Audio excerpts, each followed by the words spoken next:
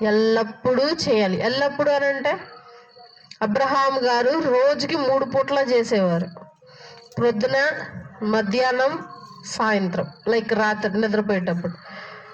మనం ఎలా గమనించవచ్చు అది అనంటే, ఆయన కూర్చొని ఆయన ఇంటి దగ్గర ప్రార్థన చేసుకుంటున్న టైంలో ప్రతి ఒక్కరు బాటసారి నడుచుకుంటా వెళ్తుంటే వారిని పిలిచి ఆతిథ్యం ఇచ్చేవాడు. ఆ విధంగా ఆయనను చూసి ఇస్సాకు గారు నేర్చుకున్నారు 3 పూట్ల ప్రార్థన చేయటం. మరి మనం ఇప్పుడు ఎన్ని పూట్ల చేయొచ్చు ప్రార్థన? ప్రతిరోజు, ప్రతి పూట, ప్రతి నిమిషం చేయొచ్చు ప్రార్థన. ఎలా చేయొచ్చు ప్రతి నిమిషం ప్రార్థన? అసలు ప్రార్థన అంటే ఏంటి? ప్రార్థన ఎలా చేయాలి?